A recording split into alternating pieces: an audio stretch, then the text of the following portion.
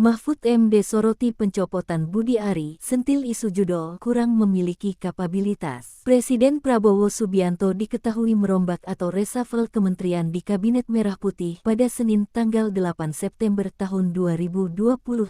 Perombakan kabinet adalah suatu peristiwa di mana kepala pemerintahan memutar atau mengganti komposisi menteri dalam kabinetnya. Salah satunya Menteri Koperasi Budi Ari kini diganti Ferry Juliantono yang sebelumnya menjabat Wakil Menteri Koperasi. Ex-Menteri Koordinator Bidang Politik Hukum dan Keamanan Mahfud MD menilai pencopotan Budi Ari dari jabatan Menteri Koperasi adalah pantas. Menurut Mahfud MD, sejak awal Budi Ari dinilai kurang memiliki kapabilitas untuk menempati posisi strategis sebagai menteri. Budi Ari itu memang orang yang selalu diteriaki untuk diganti. Pertama, kapabilitasnya. Apa yang dikerjakan itu tidak jelas atau tidak memberi pertanda ada kemajuan, kecuali hal-hal yang sifatnya sangat simbolik, ujar Mahfud. Lebih lanjut, Mahfud menyinggung kasus yang sempat menyeret nama Budi Ari ketika masih menjabat Menteri Komunikasi dan Informatika. Ia menambahkan, reshuffle ini bisa saja menjadi langkah strategis pemerintah untuk lebih serius menangani masalah judi online yang kian